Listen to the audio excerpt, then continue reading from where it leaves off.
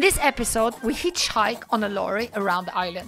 We stop many places, meet lots of nice people, and end up partying in Hana Iti beach.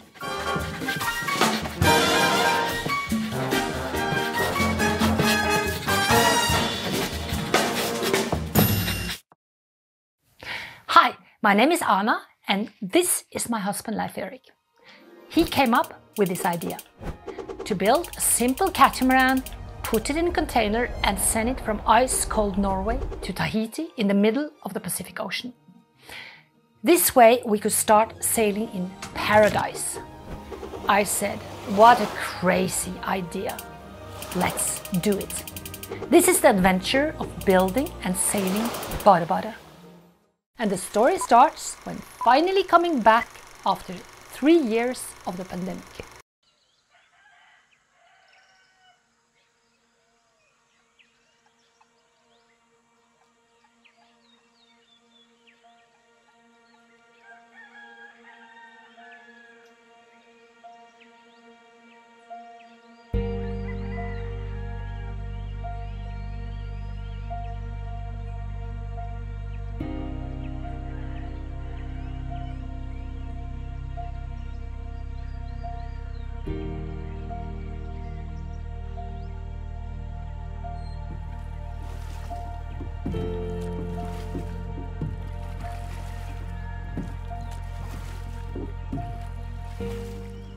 It was early morning. We left BareBare, took the dinghy, and since it had become almost like paper on one side, we rowed it very carefully ashore. We pulled it out of the water and walked up the beach and through the back of the restaurant Tara, saying hello to our friends Ismail and the other people that were sweeping the sand outside and preparing for another day of guests. The narrow road was just meters away from the turquoise lagoon, and we could see BareBare clearly. She was looking so different and, to our minds, much more beautiful than the modern catamarans in the bay. It was hot and humid and green, so very, very green everywhere, and blue sky. It was rather quiet, only some roosters making their appearance and dogs barking. By now, some of the dogs had become used to us and stopped barking when we were passing by. Colorful flowers and different fruit and vegetables was growing on each side of the road. I picked a red hibiscus for my hair, and with our colorful flip-flops, we strolled happily towards the adventures of another day. We were on the road again with our temps out. With no public transportation, taxi or hitchhiking was the only way, and we preferred hitchhiking. Our plan was an excursion to the Pearl Farm via the tiny capital Fare for some shopping at the supermarket.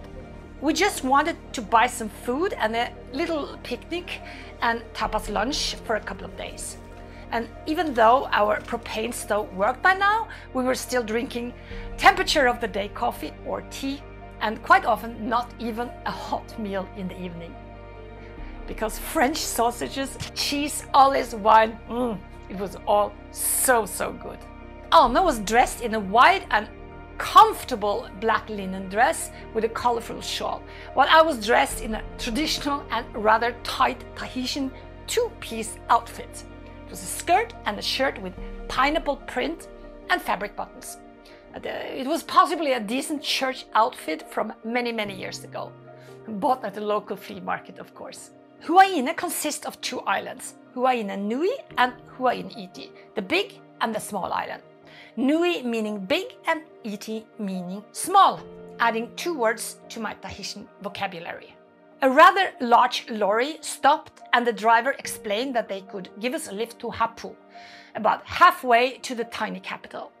And then he mumbled something I could not really understand. Jump in the back, he said, which was not very easy in my church outfit. I had to pull up the skirt while climbing up on the big wheel. And underneath the roof, a man was holding onto a rather large orange barrel. He smiled, laughed a bit at my clumsiness, and offered us a seat on the floor of the lorry. After a few minutes of driving, actually going in the opposite direction of Hapu, the lorry stopped in Tefarari and picked up 2 girls. Big smiles greeting us with the lovely expression Yorana, hello. The girls explained that they were on their way to the beach of Hana Iti for a party. It was Monday morning. I hadn't heard anything about holiday, but any day is a good day for a party in French Polynesia. We were sitting rather uncomfortable in the back of the lorry, communicating in our simple Tahitian and their simple English. The girls explained that before going to the beach, they would pick up friends in different places and do some shopping. I asked politely if we could join them on their trip to the supermarket. And Aita pea, she answered, no problem. So what happens next is that we get to join them on their journey. Lucky Anna and lucky me. The lorry stopped in Marua village to get ice cubes and some food. And the big orange barrel very soon were to contain huge amount of punch. We crossed the little bridge going from the small island to the big island. It was so nice to sit in the back of the lorry, passing the green and beautiful landscape. We reached the little capital Fada and the supermarket. Everyone left the lorry to go shopping, and by now I realized that a few more cars had joined us. Everyone needed something from the supermarket, and even though we by now could have said thank you and goodbye, or Maururu and Nana, we decided to ask if we could join them further on their journey, which they happily let us. Next stop was the village of Maeva to chat to Aunt Tati and Uncle Tatu. And adding to my Tahitian vocabulary, Tati means aunt and Tatu means uncle. And they joined the group as well. In Faya, the lorry stopped to pick up even more friends. More rum and more orange lemonade. They bought an even bigger boombox with even louder music. We were now on the east side of the big island, driving towards the small island, again passing the little bridge. So by now we had driven all the way around the big island. We could not think of any better way being a tourist. The lorry stopped in the very dead end of the village of Hapu, with just a few houses, but also a small shop that sold all kinds of sweets and a local potato chip called Angry Bird. So I bought some Angry Bird. In Hapu, we stopped by a rather big church, and outside were 2 young men dressed in white shirts and black trousers, both wearing ties and a little sign saying they were Mormon missionaries. It turned out to be our friends Elder Lester and Elder Albertelli. They had helped us at the gendarmerie when I had to report our outboard Freddie Mercury stolen. We all greeted each other, and it turned out that many of the youngsters on the lorry were Mormons as well. A little chatting, and we left the dead end of Hapu and hit the road again. Anna and I enjoyed the ride in the back of the lorry, boombox playing rather loud, and everyone smiling and talking and enjoying their Monday holiday. From Hapu, it was only a short drive to Hana Iti. It had taken us 2-3 hours to get that far, or actually rather short, with so much fun, so much laughter and talk. I'd been to Hana Iti beach before. A man called Siki was some sort of guard there and would usually be around.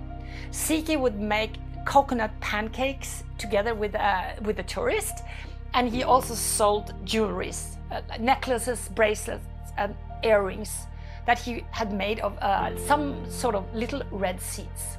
Siki once showed me a very beautiful handmade costume which had been used by a dancer during the 1-month festival Haiwa, and he let me try it on. It was made by straws and shells, no plastic at all. And of course we really enjoyed the Haiwa of 2019.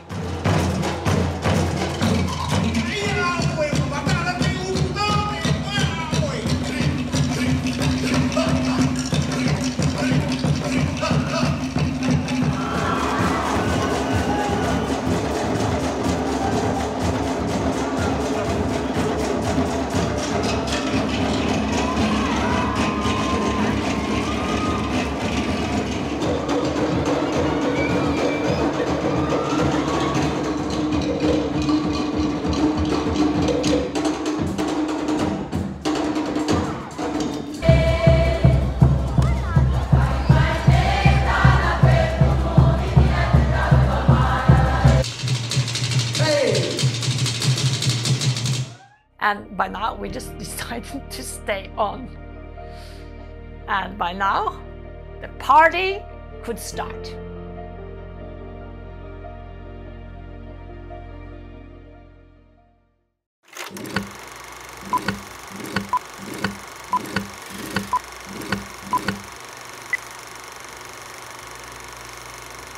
Are you happy, guys? Really happy. Are you happy about the work we've done? Yes, we are. Is the mast straight? It's the masked gang, the gang of the masters. The gang of the masters, but is it straight? Yes, it's absolutely straight. It's absolutely straight? Yes. And close to perfect or perfect? Perfect. Not perfect yet, but it will be. It will be perfect. In the end. a few hours. Very strong. Well, We have tape used is very good. We use tape. You see how strong tape is? Does anyone have a knife? Yes. Where? You have a scissors. We have scissors. In my So, neighbor. to make a mast, you need quite a lot of wood. You need tape. You need scissors. Anything else we need? Glue. Glue. Glue. Okay. And that's it. for the safety, we will not move the tape. We will have it for safety, only for safety. Sorry if the camera is shaking. It's because I'm laughing. After gluing the mast, we took off all the clamps and the tape. We cleaned the surfaces of excess hardened glue, and the 8-sided mast became 16-sided and then 32-sided. Lastly, we hand planed it down to a fairly straight and even mast.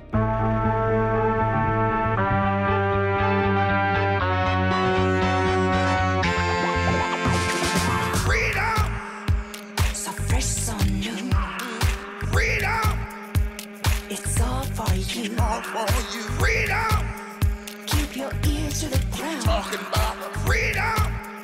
It's the best show in town. Best show in town. Freedom.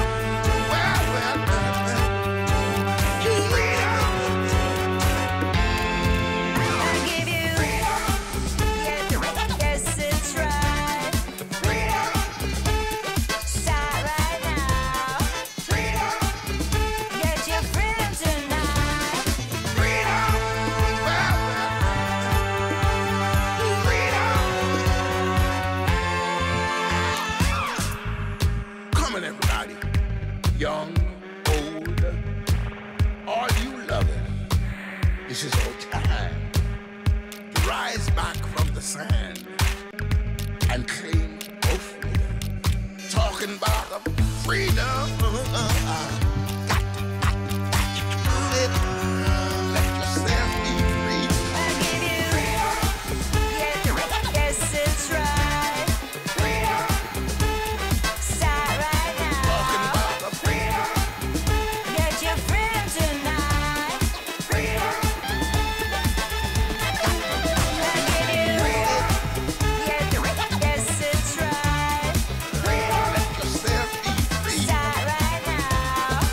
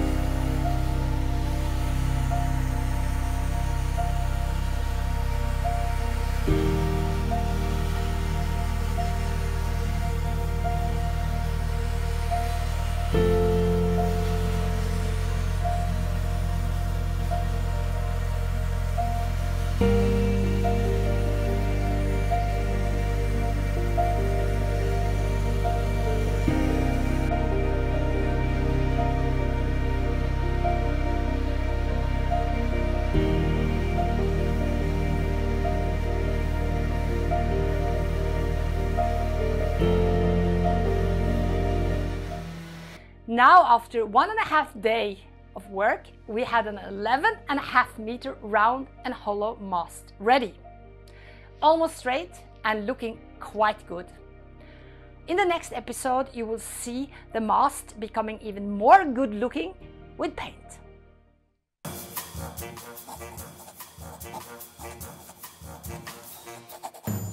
Thank you for watching this video.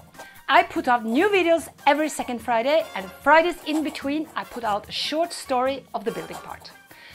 If you like what you see, subscribe and hit the buttons, and it's free. And if you want to support me, check out Patron, PayPal or Coffee.